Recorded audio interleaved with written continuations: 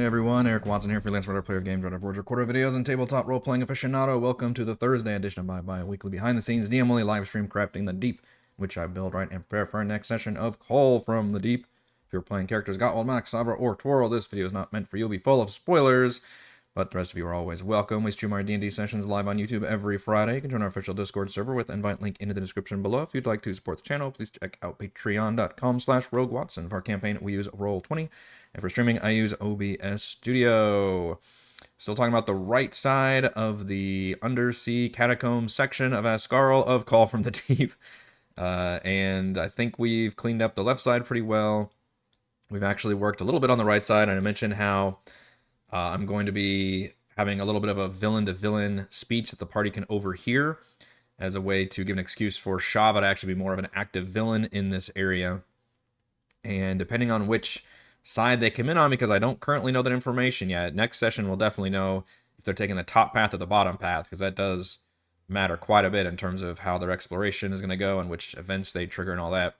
But we'll have a group to meet them head on. So basically it's going to be an active villain situation, which is not something I usually roll with in dungeons. And a lot of dungeons are designed to just have all the, enemies be in their rooms, and then they're activated whenever the, party gets there and ends up with combat or something.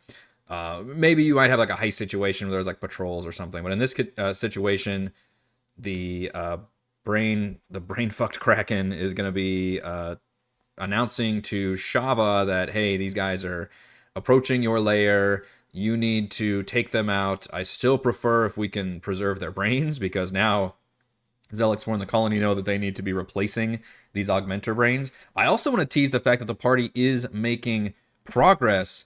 Like the fact that they're taking out the augmenter brains is actually having an effect. So via the dialogue sequence, the psychic dialogue sequence, the brain, the voice will be like purposely like flubbing and fucking up and like what's it called, stuttering, and like just you can tell that it's struggling with the control. So I like to have that as kind of reflecting that the party is having an effect by taking out these augmenter brains and making that mean something for their final confrontation.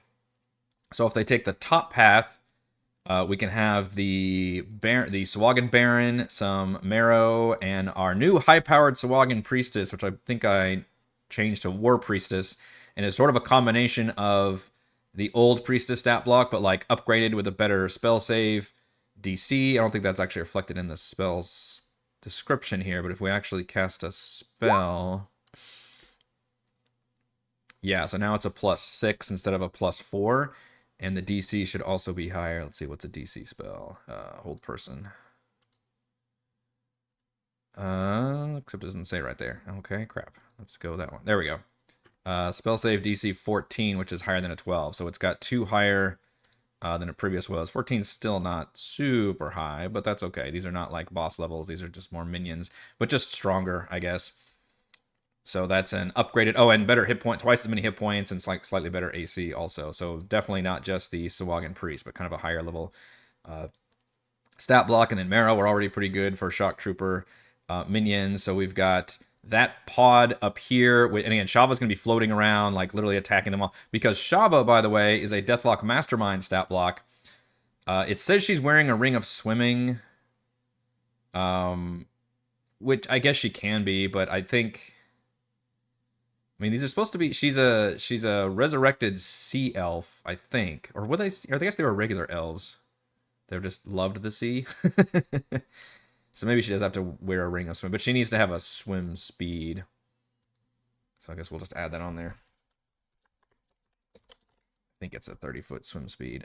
She's also got a Rod of the Pact Keeper +3, which seems too much to give to Twirl. Although I need to remind myself what Twirl has.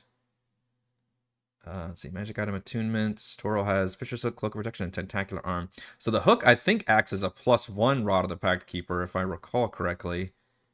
That was my initial, like, oh, it's gonna be your signature weapon, and then he like completely didn't care about it at all. And then when I give him the Tentacular Arm, that's the thing that he's been using like all game long. So I'm like, all right, well, at least you got something. Fisher's Hook. Yeah, so Oh, interesting. While attacking a creature with a swim... I don't think he's ever remembered this, by the way. I don't think any of us have. While attacking a creature with a swim speed, you have a +1 bonus to attack and damage rolls made with this magic weapon.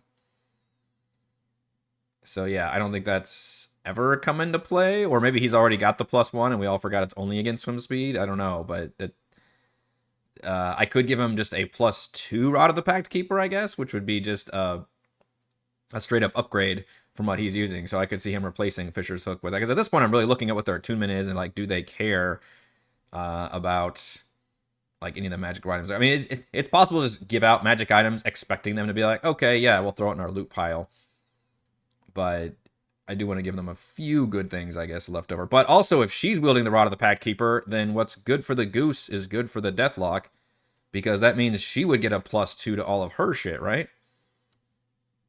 If we go to Rod, Rod we trust. In fact, there's a +2 in here also. While holding the Rod, you gain a +2 bonus to spell attack rolls and to the saving throw DCs of your Warlock spells. Pretty sexy. So if we say... Also, it said she had a Ring of Evasion, I think, too, didn't it?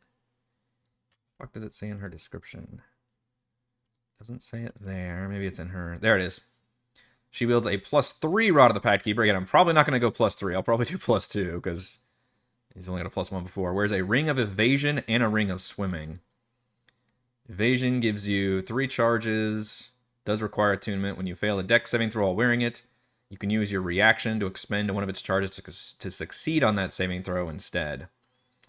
That is crazy powerful. Not even like a reroll or a advantage. It's just straight up success on the save. 3 times per day. Wow. That might be overkill. I mean, granted, yeah, I could give that to my boss and that would be or more powerful, but I don't even know if dex saves is something. I'm trying to think what all kind of spells the party is using more often. I feel like they use con saves just as much as dex against me. But I think I will give her the +2 out of the Pact Keeper, and she's got to have the Ring of Swimming. I actually gives her 40-foot swim speed, my bad.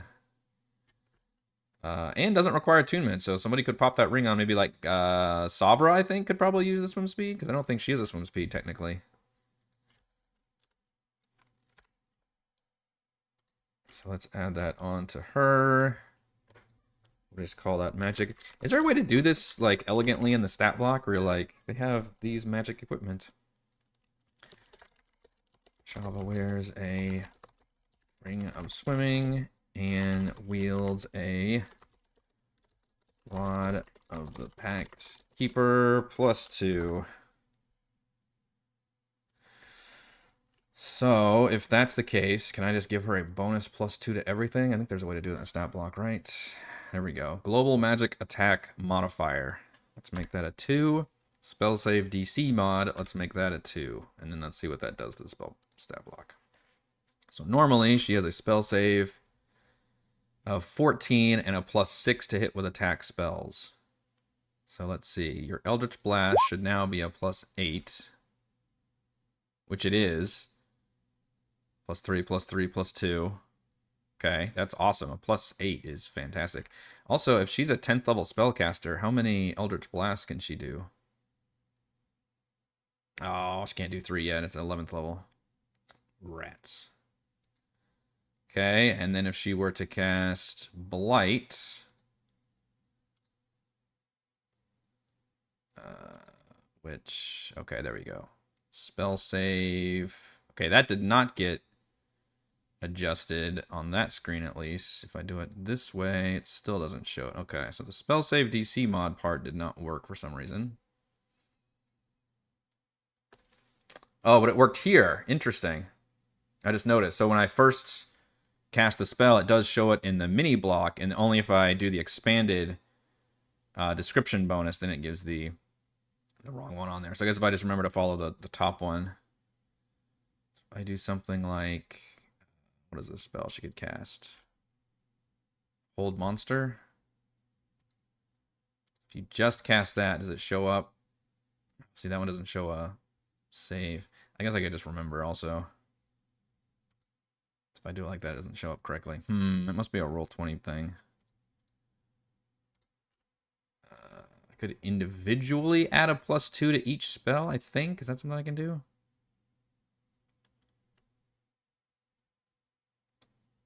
Maybe not. Spellcasting ability, spell. There's no way to add it. I guess you can only do it globally. Alright, well, hopefully remember it's a DC, which DC 16 is way more solid, and Blight is a pretty sexy damaging spell right there. So she's got... Oh, that's true. She would have to be in water to swim. Yeah, that's a good point. And she always uses locomotion different. Yeah, that's a good point. I guess she's not technically in water. She's always surrounded by her things. You know what's funny is I thought about if I would cast Dispel Magic on... Because you usually think of Dispel Magic as like, oh, they're an ongoing AoE or something. But I could technically... I don't know, can you use Dispel Magic for magic items? Choose one creature, object, or magical effect within range. Any spell of 3rd level or lower on the target ends. And then for 4th level, I have to make an ability check. I guess you have to translate every magic item into a spell level, though, in order for that to work. So if something is... I guess like a ring of... whatever they're using, like underwater breathing. I mean, that is a spell. But it would be pretty weird to using... I don't know, I just thought it'd be kind of fun to be able to use Dispel Magic to like turn off somebody's water breathing. And they're like, oh shit, now we're choking. I know if you used an anti-magic field, that would be... suddenly like all their magic items turn off. That's just a easier rule. But I don't know. Yeah, I don't know if there's much... We've really never even done that. I mean, with the rules. I feel like nobody's really on either side... use Dispel Magic to turn off a magic item. And because magic items don't have spell levels, I'm not sure that's correct anyway. Kind of a weird edge case. The level the characters were at when they got the item. Oh, geez. I don't know if I would even remember that. So just an idea, but probably not. But anyway, she has some really great escape tools that she can use in order to back... I mean, first of all, she'll be very much backline. But she's got invisibility. Fly, I guess, normally is a good escape tool, but not in a very cramped underwater dungeon. Darkness can come in handy to escape, but also just straight up Dimension Door. Like, that's probably the failsafe, is she could literally just teleport away anywhere within 500 feet. And she would know the entire area, so she can teleport anywhere. So she can fight... So my plan is to... have the players have to fight her at least twice. Once, either in this north battle here, or the south battle, which is room 15, which has a bunch of Marrow and another Swagan War Priestess. And then the third time would most likely be in room 9, because thankfully, room 9, which I didn't realize until the one day's crafting stream, actually overlooks room 10, and room 10 is what leads to the stairs that the party ultimately needs to get to. Now, they don't know going into this right side of the dungeon where exactly they need to go, but they will be able to update their little divining rod, which will give them some information. If they come from the top side, they'll be a lot more lost because... And again, there's actually 2 different ways they can come in the top. They can go through the crypts, or they can just go straight across and really not jack with anything. Either way, they'll end up having to fight that one pot up there. But it'll tell them to go, like, southeast 100 feet or so. So, I mean, they could go... I mean, they'll probably go south and end up running into the Shava throne room area, which the only bummer there is if I have Shava back off and teleport away, they could presumably come in here and loot this area. But then she would be able to assault them again with... In fact, if they come through the top side, they may very well fight all 3 of these battles. It doesn't make much sense that if the enemies are alerted that these 2 in rooms 15 and 9 wouldn't fight together, except for the fact that it's a very crowded area, so Shava might want to separate her forces a little bit because of that. Whereas if they come in through the south side, they'll fight room 15, will obviously get aggroed as soon as they enter room 16, which is the shrine area, which I think is where Matt can get a fancy bow. And then, I mean, they could go north and explore more, but if they think to check their brain thing again, it'll tell them to go basically straight east and down. And look at that, there's stairs going straight east and down. So they would most likely take this path, this kind of tunnel that goes underneath this other hallway towards room 10, which I was initially very panicky about. Like, oh no, they're going to skip like all of this right side. But as I mentioned, room 9 actually overlooks room 10. I've got kind of the window graphic here. So there's visibility for both rooms. So my plan is to have this first battle here in room probably 16 and 15, and then have Shava teleport away and regroup in room 9, and then fight them again, either from room 9 into room 10 and have that be another battle, or maybe they'll explore more north. I don't know. But it seems like they're willing to go towards each brain, but then kind of explore the immediate area around them. I mean, that's what they're doing. You know, I guess this area was a little bit easier to assume that because the brain was like in the middle of a big thoroughfare where like all the other rooms off was splintering off of it, whereas here the brain is actually kind of tucked in a whole downstairs area that they'll have to reach. What that does mean is I'll need to start prepping the whole lower area, because if they take this southern path, which is through the water elemental vents, which again, a big part of that is whether they fight this battle or they manage to back off somehow and not fight it. If they go through 19, 18, 17, fight the Marrow battle at 16, 15, and then go right into room 10, then boom, they can go downstairs and enter that whole new area. And then they've basically skipped, 3/4 of this right side area. And then if Shava escapes again, which I could have her do that, she could also teleport away in room 9. And then when they go downstairs to meet with Vestris and all that, then I can do a fun thing where Vestris is like, yeah, fuck that undead bitch that was like took my spot, and just create this just really fun like drama moment to where the party all of a sudden has this Alhoon on their side.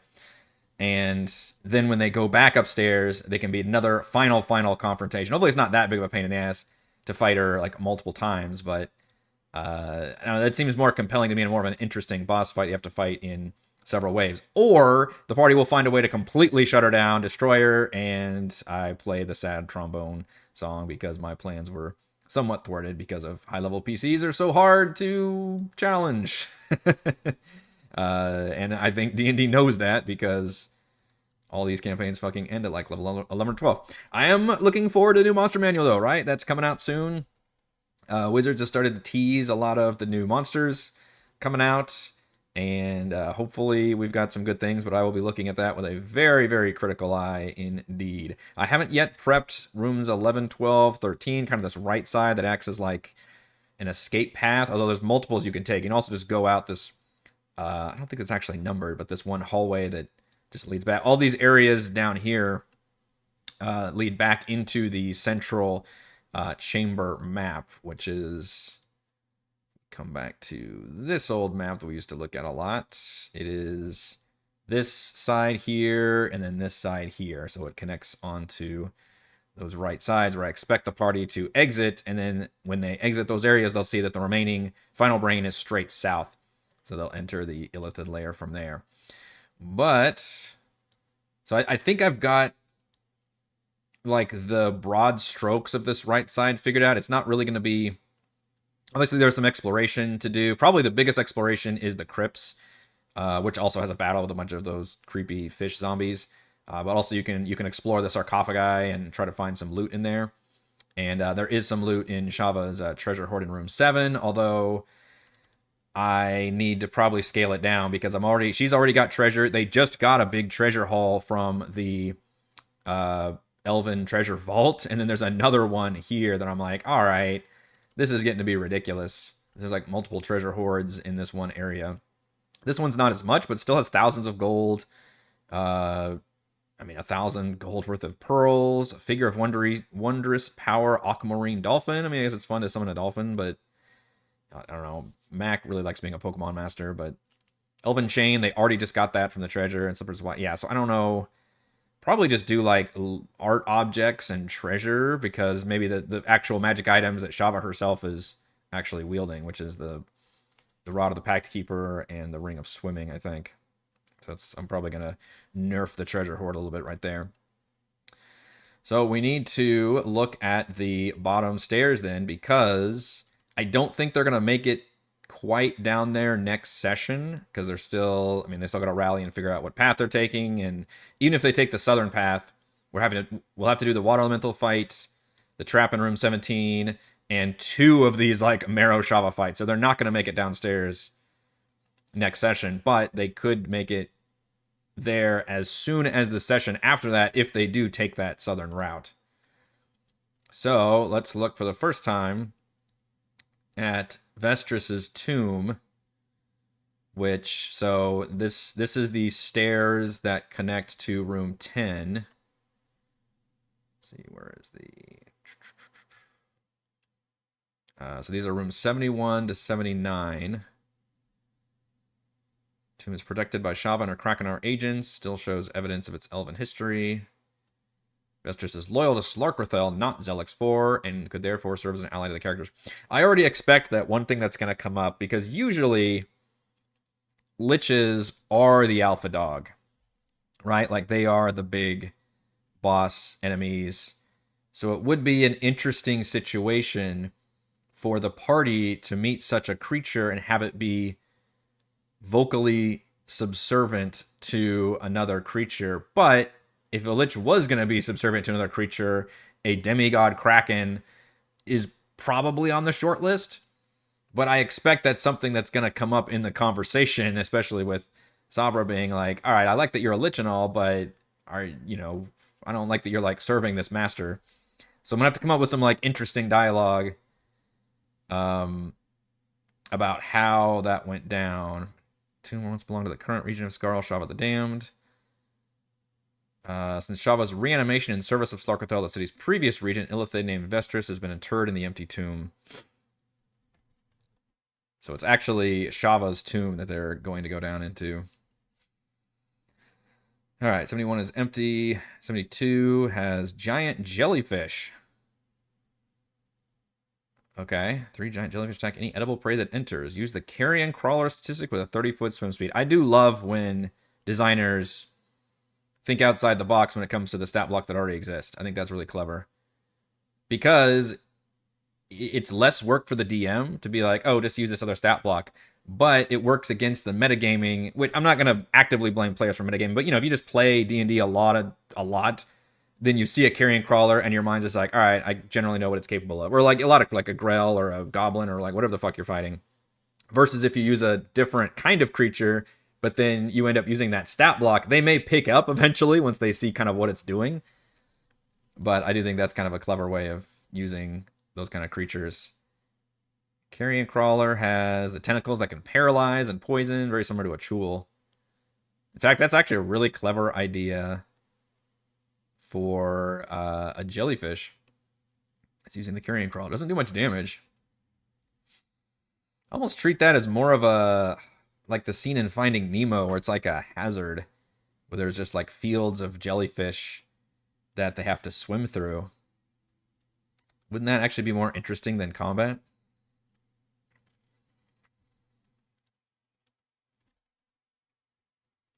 Just have like, I don't know, dozens of jellyfish floating in this area and the party has to like swim through, or, do something horrifically violent.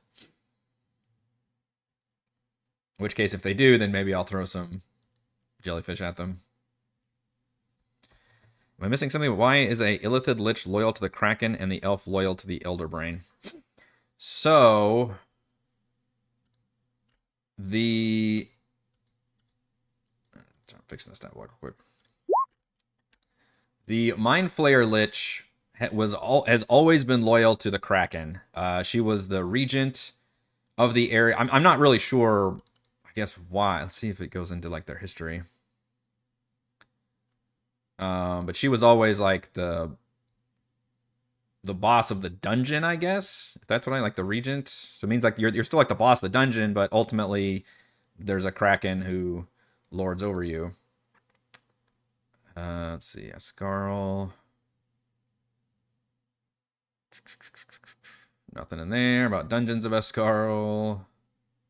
Maybe it's under the characters themselves. Shoot. It's not in there either. Okay. Maybe we need to look under Vestris's portion, because this is important information to figure out. All right, let's skip ahead to Vestris is... I don't think it says a whole lot. Okay. Contains the body of Vestris, a mind flayer turned Alhoon, who was once regent of Ascarle. If characters determine the sarcophagus. She animates and attacks. Her sole goal is to defend the jar, which is the brain. She can use the tapestry to bring forth her preserved minions. It's like a mirror of life tapping, which I don't know if I'm going to use any of that, frankly. If the jar is destroyed before her, Vestris collapses. She has been mind-altered by Zelix 4 to defend the jar, but her true master is Slarkathel. If the characters explain that they are here to kill the Elder Brain, not the Kraken, she can serve as an ally. Maybe Slarkathel helped give her the power to become a Lich.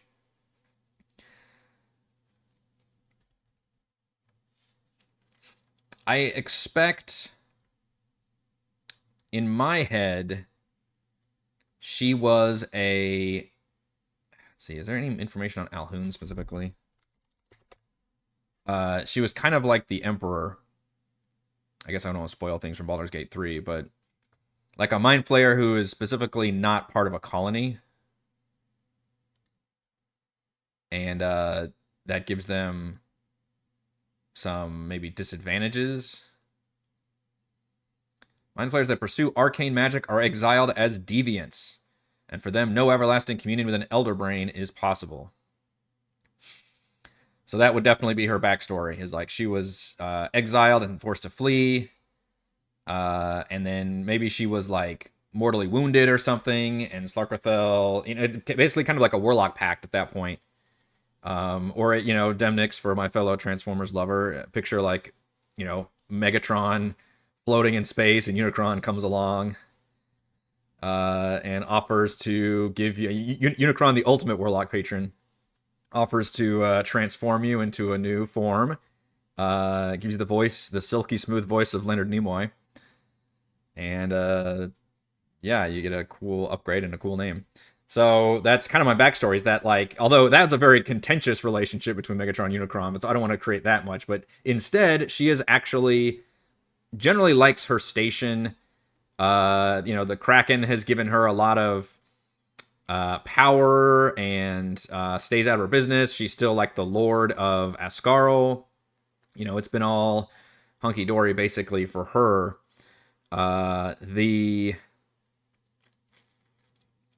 The flip side is when the Kraken... so in my story, or at least the way I'm doing it, is...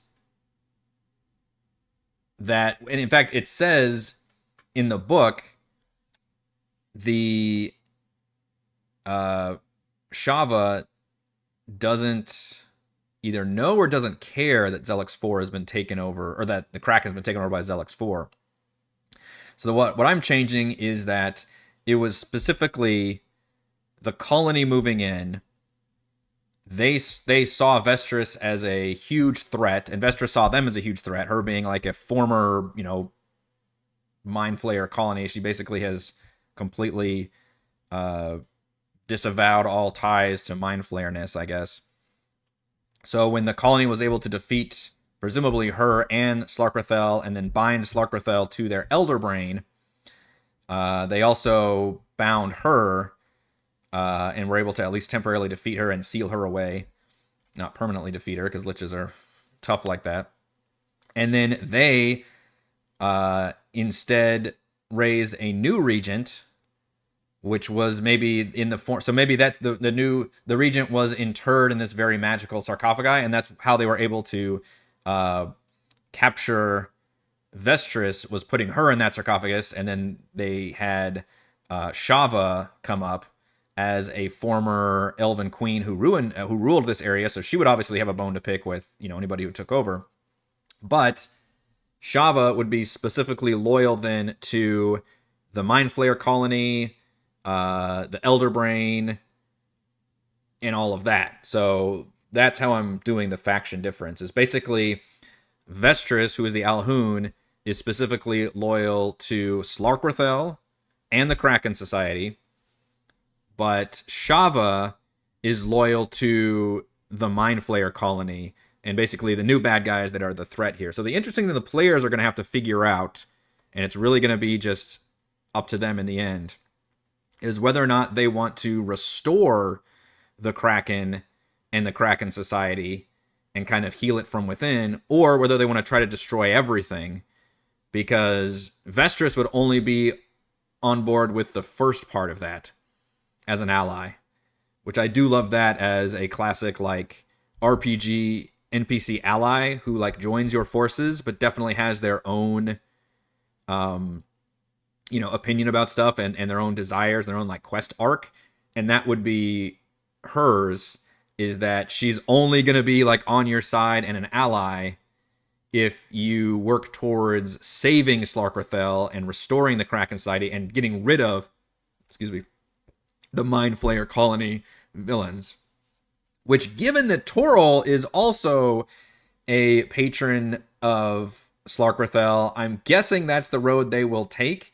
And this party does not exactly have a bunch of moral scruples. Gottwald and Mac are probably the most moral, but I don't know. I could definitely see them, especially if Toril and Savra are perfectly okay with restoring this, then I think they would go along with it. Maybe they would try to get some kind of concessions from the Kraken Society, but there would not be any. They would basically like, all right, you've saved us, the Kraken's back to normal, now get the fuck out. Your reward is you get to leave here with your life. But we'll see. We might be able to change up the storyline, and depending on how the players do certain actions and things, that could have an effect. But that's how I'm doing the different factions, basically, and that's how Vestris can explain it. I would like to tease that if the party defeats those water elementals, and then they find like a spell book or something, they can maybe get some of that information ahead of time from Vestris. And then I should probably have another line of dialogue, maybe from a conversation, and also flavoring in the fact that the Elder Brain is being weakened, and that's why like the psychic message is bleeding out into everybody rather than just to Shava. So it's my excuse to be like, it's always a problem that DMs have, by the way, is in any story, the story cuts back to the villains doing things, right? That's how the audience learns about things moving forward. And you can't, I guess. Excuse me, I had to sneeze very violently. Oh my goodness. So it's hard for the DM to do that because the focus never strays from the player. So this is a way for me to be able to do that, is through those kind of like audio journals or audio dialogue that the party will overhear the Elder Brain say, presumably to Shava. So maybe when they go down here, they'll be like, do not let them reach your tomb and awaken. And then I could even do like an audio journal that was like cutting out, is basically how they will get the dialogue. So it'll be like kind of a fun like a tease for like what they're approaching. But these are all good questions, and I do want to try to get my story straight for when the time comes for the party to ask those questions and have those moments. All right, so I like the jellyfish thing, but I may turn that into an actual field of jellyfish. So maybe we'll treat that into like, you have to make I don't know if is acrobatics. What if you're swimming? Just dexterity check or acrobatics check. I don't know if acrobatics just comes into play when you're swimming, but to get through this like field of jellyfish, and if you fail, then you have to take like, this is really low damage though, man. Although it could poison and paralyze you, which does run into a problem. I guess I could also say like how many times you have to make that save. Like bare minimum, there's 5, 10, 15, 20 feet to the door to the north. I can't make a save like every 5 feet or something.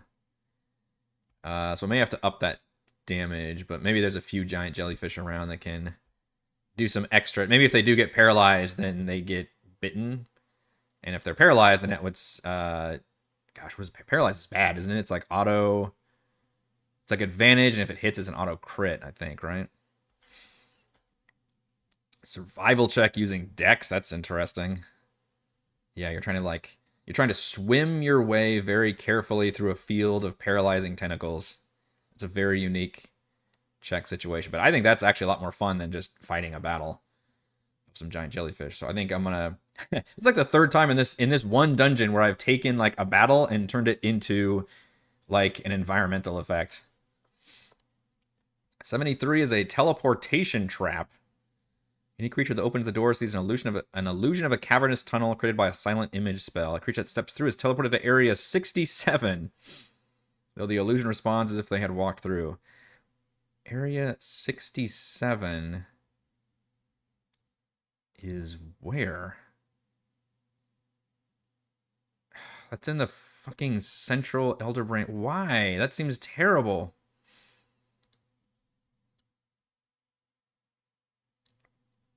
Also, why would this ancient chamber have that teleportation in there?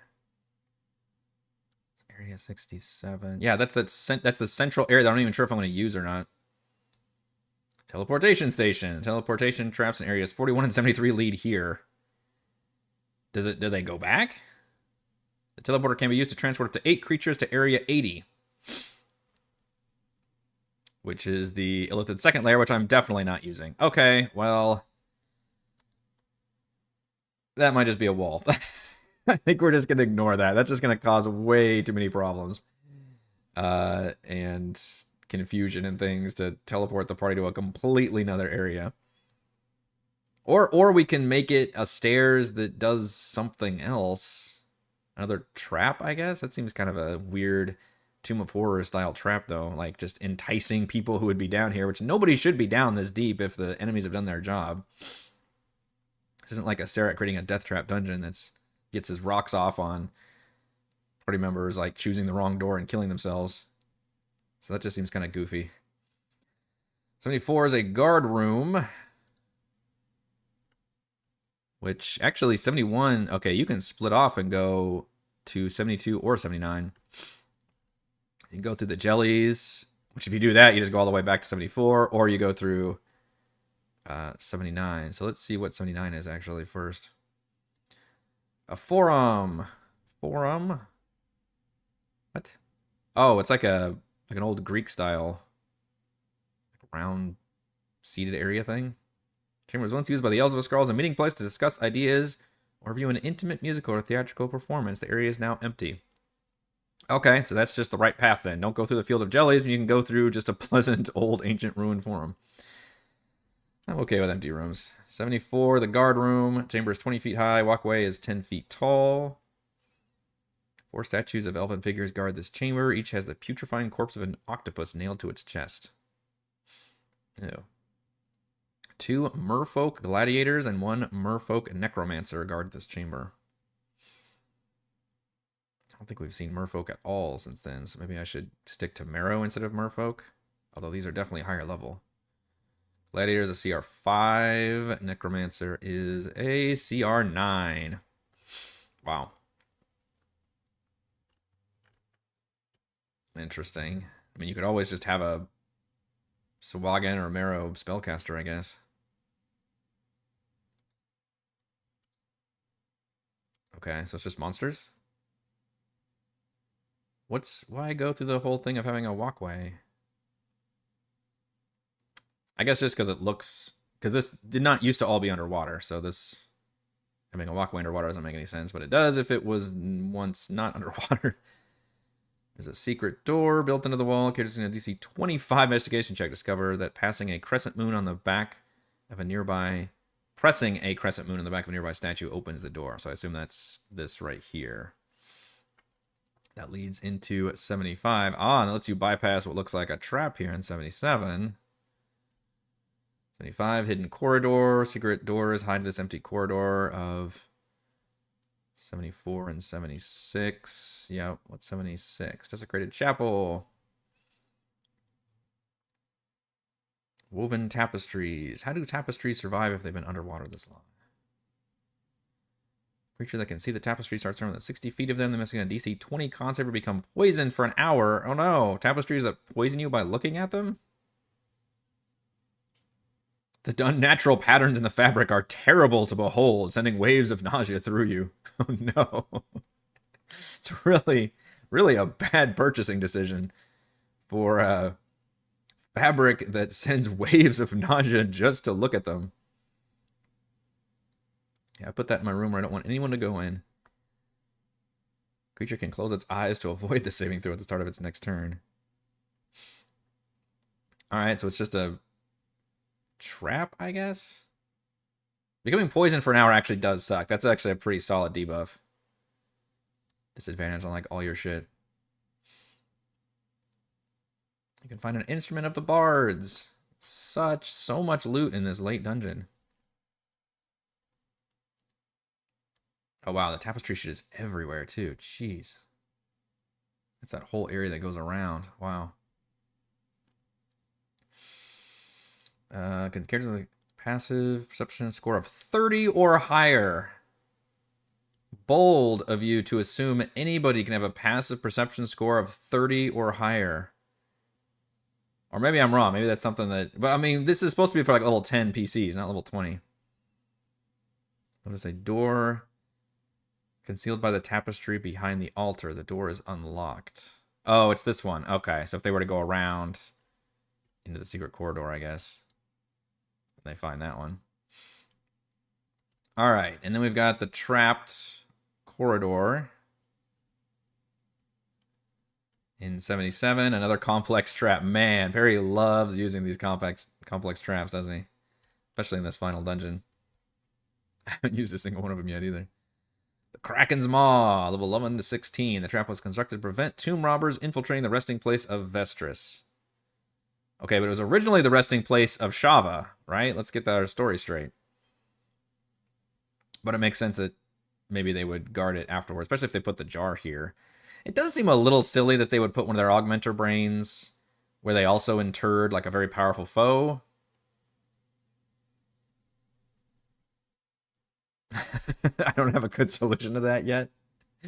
Well, as written in the book, she's the guard. She is like mind controlled to guard the jar. So if they fuck with the jar, that maybe it's the jar that helps keep her interred. Actually, that's probably the better angle. So the jar is actually, this one's the jar. The brain, the augmenter brain, is actually pulling double duty. Or maybe it's like pulling from her power to keep the brain on. Like some reason that they had to have it here. For reasons, the DM said. The trap activates as soon as a non-Krakenar enters the marked area, which is also how I'm treating the trap in the hallway of 17, which I just turned into a Hunger Fadar spell. Trap acts initiative count 20 and 10. Kraken's Maw includes a torrent of water and black ink throughout, plus smashing teeth in the central 20 feet. Surging water, initiative 20. Water surges from north to south. Each creature in the hallway must make a strength save, DC 20. On a failed save, a creature takes 40-10 bludgeoning damage, is knocked prone, and pushed 30 feet south. On a successful save, half damage is not shoved. The surging water is difficult terrain. So just the water, water alone does 40-10 bludgeoning damage? Jesus. That is some surging water. My goodness. These spikes come into play at some point? Ink cloud, also initiative 20. The area between the two triggers is filled with a cloud of ink. The area is heavily obscured. So you have difficult terrain and heavily obscured. And the surging waters pushing you south. So kind of like a gust of wind spell that does damage. DM loves that. Each creature, in initiative 10, each creature in the central 20 feet of the corridor. 5, 10, 15, 20. What would be the... Does the original one have a better trap indication here? Just talking about specific areas.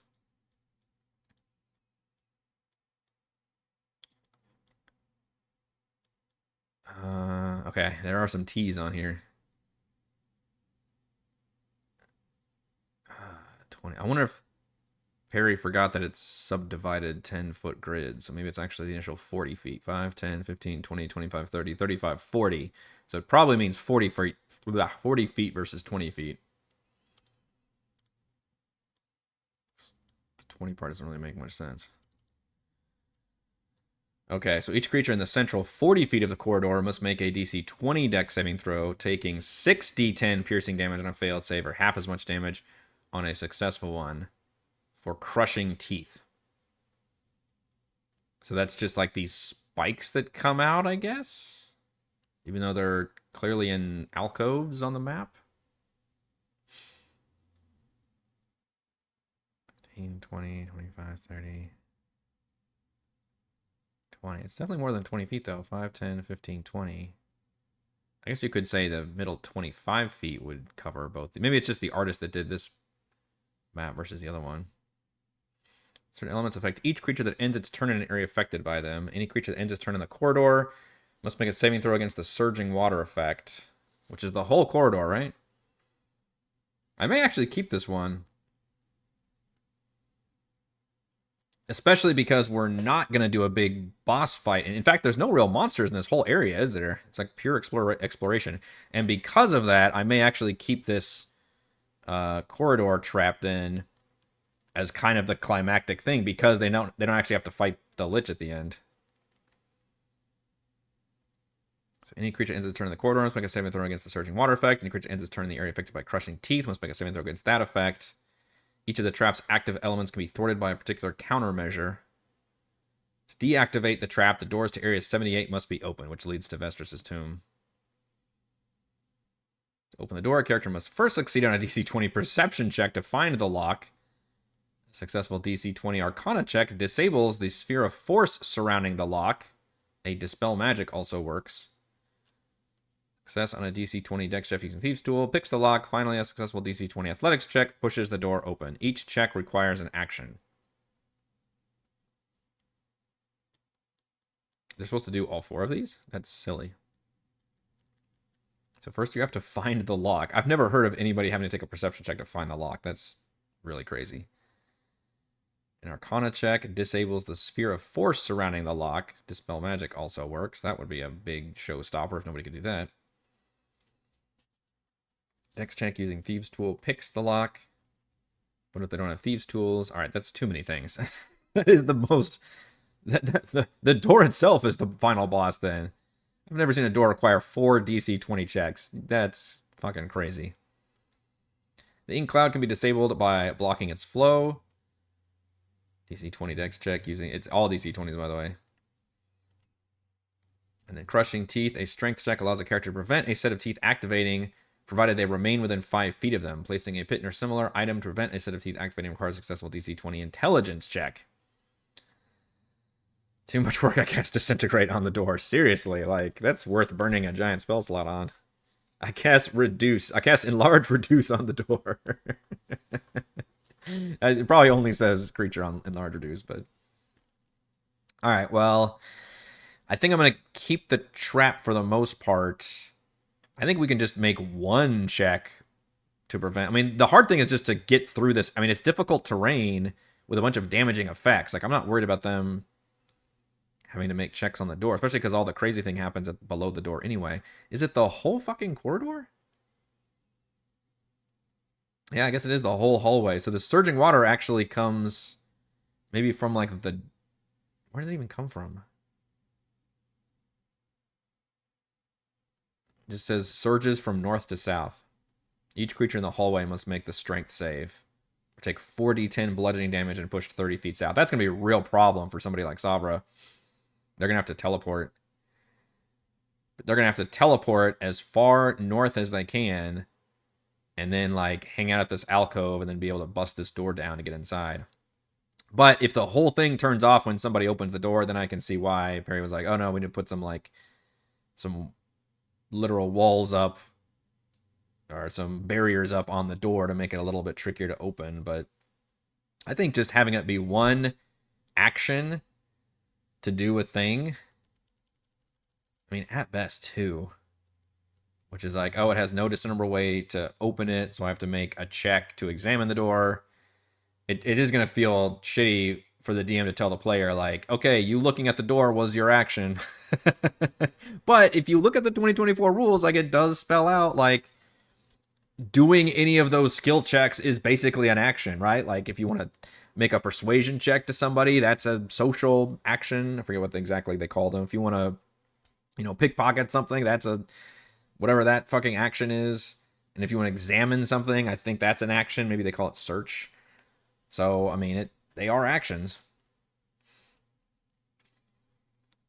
But at best, it would be like 1 action to find out how to open it, and the second action would be to do the thing to require to open it, which is, at that point, I would probably have 1 action be to find out how to open it, and the second action would be like, all right, now you can either make the action to break the door down, make the action to pick the lock, or make the action to...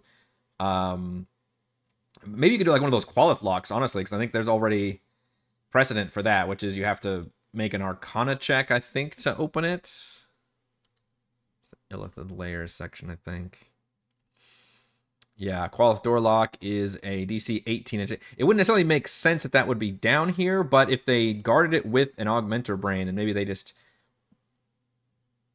upgraded this one door to give it just another kind of security measure, which is a DC 18. But if I do that, then I don't think it would require a check for them to figure out how to open it. It'd be pretty obvious. Then it would be the Qualith Lock.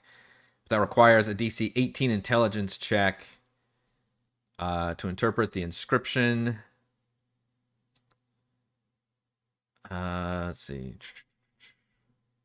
Each door is imbued with psionic energy and functions like an arcane lock spell. So you could just use your action to cast Dispel Magic, and I think it would... Or Knock. Yeah, and I think she's got Knock as part of her staff. Hey, Jason. If magic is unavailable, a locked door can be opened with a successful DC 30 athletics checks. That's also in there. So it'd probably just be the one check then. You could just go in there. You can see that it's been upgraded to be a Qualith Lock, which requires... Sorry, I'm reading it. So it can... Do you actually have to make the intelligence check to open it, or is it just to figure out that it is a Qualith Lock?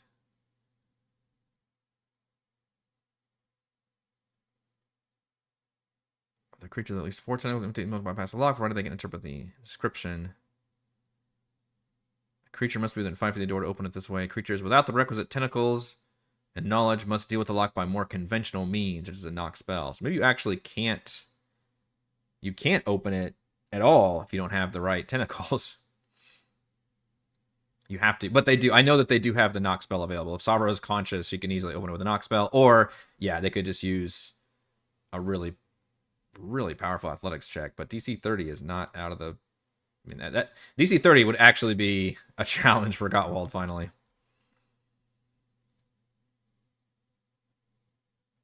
But that would be awkward if they're like, nope, you can't get through the door, but I think they'll be able to open it through that means, so I like the trap. I think Surging Water coming north to south, I don't know, every turn doing 40-10 bludgeoning damage is pretty nasty. Knocked prone, pushed 30 feet south. You can't be knocked prone if you're underwater, though, I don't think. Surging Water, difficult terrain. Yeah, so it's effectively a Gust of Wind spell that does damage. I guess the idea is you're being, like, knocked around the various hallway or something. And then the whole area is darkened, heavily obscured. I don't know exactly what that would do differently than difficult terrain. I guess you could argue, like, oh, you can't teleport because you can't see. In heavily obscured, because I think you're technically blinded while you're heavily obscured, so you would not be able to see the areas. That would be me really being a dick DM, because the obvious way to bypass this trap would be to have somebody teleport their way north. Thankfully, only I think Gottwald would even be able to see, because once they get here, yeah, it's... If you only have 60 feet of dark vision, you don't even see, like, you just see hallway, which is awesome. But Gottwald, I believe, is 120 feet. So he would be able to see where the hallway ends, as well as kind of where this little left passage is, I think, which would be their ultimate goal to get to.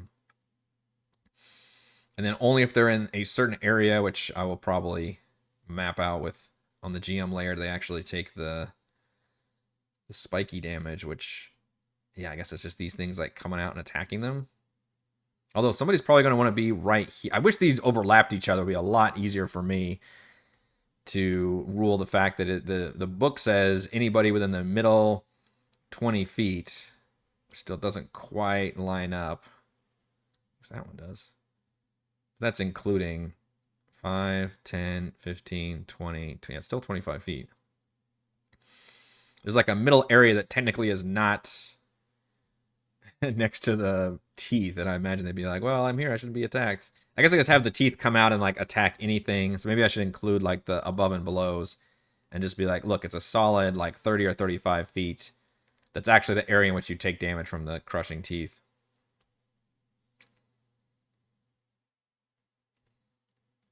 which is an extra 6d10 piercing damage. It does have a dex save involved, but all these things are DC 20s.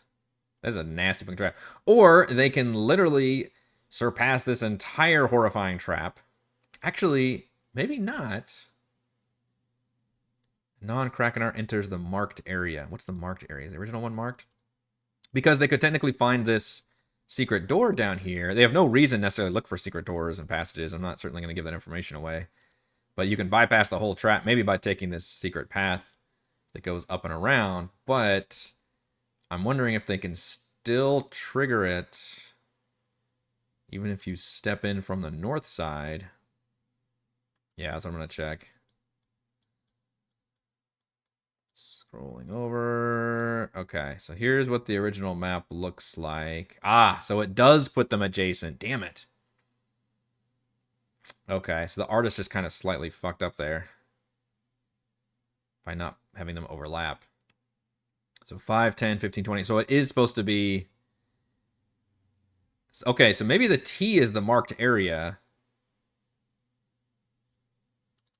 Which means if they do come from the north, they don't actually trigger the trap, because the trap only triggers if they go south. Boy, that would be a weird...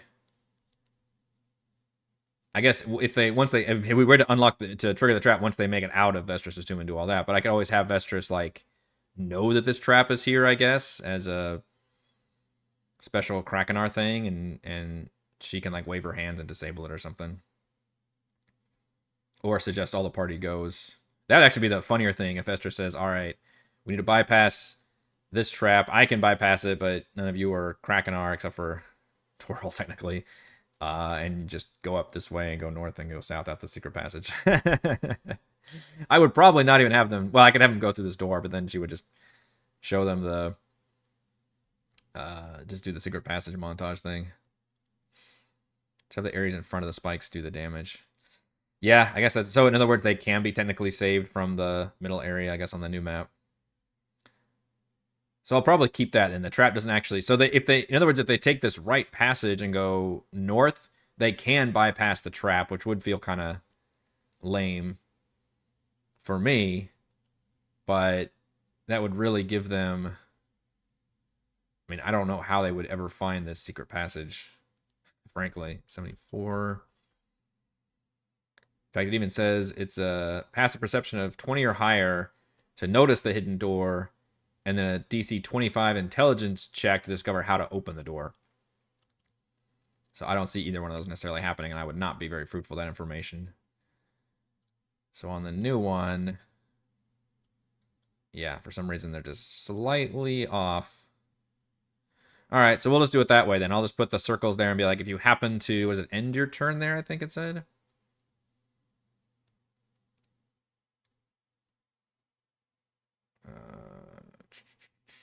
Or actually, it's on initiative counts also.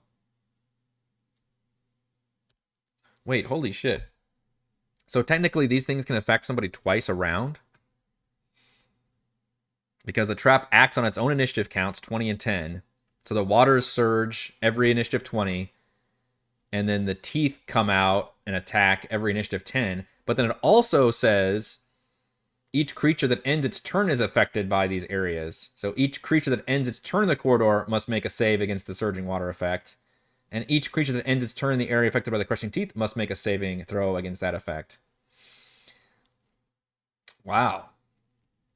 That's a pretty gnarly trap. Because you could... Yeah, on initiative 20, so I need to put down like where the actual trap is going to start. Probably like here. Then we got to start the timer. This stuff constantly pushes you down until probably you make it to like the bridge, I guess. And then if you are still in this corridor, which you most likely would be at the end of each turn, you got to keep making that save. Fuck. You wouldn't necessarily always be in the zone of the teeth, but you would definitely still be in this hallway. Oof, I might have to adjust that. That seems kind of crazy. To have it happen... Almost guaranteed to happen twice around. Yeah, it's not a big deal, but I think I'll go with what AZ Fishhead said and just reduce it to technically these areas right here. If you're in these areas on initiative count 10, and if you end your turn in those areas, I guess you're making the save and the damage. The other option would be is maybe I reduce the saving throw and or the damage. Because initially I was on board the DC 20 and all the damage it does, but now that I'm seeing that it also affects every time they end their turn in an area, that seems crazy. And it's already going to be effectively blinded because it's the ink thing. So not necessarily, it's not magical. I think it's literally like physical, like ink going everywhere. And the surging waters create difficult terrain. So you've got difficult terrain. You're effectively blinded. You're having to make strength saves against being pulled to the south. And then also, if you happen to end up in these certain areas, you're going to take piercing damage. That is a hell of a death trap thing right there. Forget the initiative count. Well, if we're forgetting the initiative count, then how do we track players' turns? The other option is you can do like what I've done sparingly before, which is kind of casually in my head be like, all right, everybody gets to do a thing before anybody gets to do a second thing, right? And that's like we're effectively taking turns now.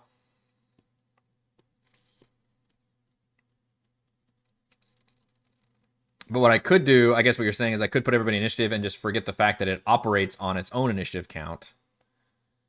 And instead just worry about, hey, at the end of your turn, you have to make these saves. We'll have to think about it. We've got some more time to think about this trap, but it's interesting that this whole lower area is actually pretty uncomplicated and doesn't have a whole lot of danger stuff going on and almost doesn't have any fights because I took out the Vestris fight. I'm going to have Vestris just be a social NPC they can talk to. I'll probably just, honestly, we didn't really talk about the Mirror of Life trapping thing that's up here, but I'll probably actually going to just take that out because that's a way that, yeah, activated by Vestris. It allows her to draw on a bunch of like minions to attack the party, but I'm not doing any of that. So yeah, I'm probably going to actually ignore all of that. So I'm getting rid of that whole boss fight feature basically.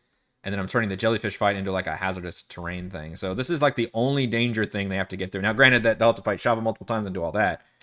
In fact, what would be a really crazy dick move is if I use this lower area to have a final confrontation with Shava, although then they'll have the Lich with them, and have an even bigger force, assuming Shava is still alive being in quotes because she's undead, and do like a final battle with Shava down here as the party emerge with Vestris. And then I can do a fun bitchy thing between Vestris and Shava as well, which would be really fun to do if I can pull it off. I don't necessarily have to do it because it's always really hard to keep enemies alive, right? That's a really hard thing for DMs to do. But Shava is equipped to stay alive because of all the different spells that she's got. Invisibility, darkness, dimension door, all that shit. So hopefully she can stay alive, and I'll track whenever the party's like short resting and stuff, and I can heal her back up.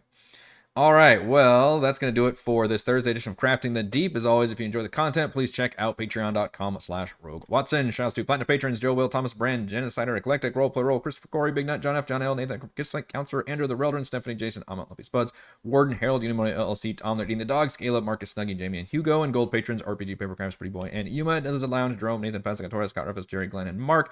Thank you all very much for your support. If you are a patron and you have signed up for tonight's patron game, then I will see you tonight. Otherwise, I will see the rest of you tomorrow for our Call from the Deep campaign.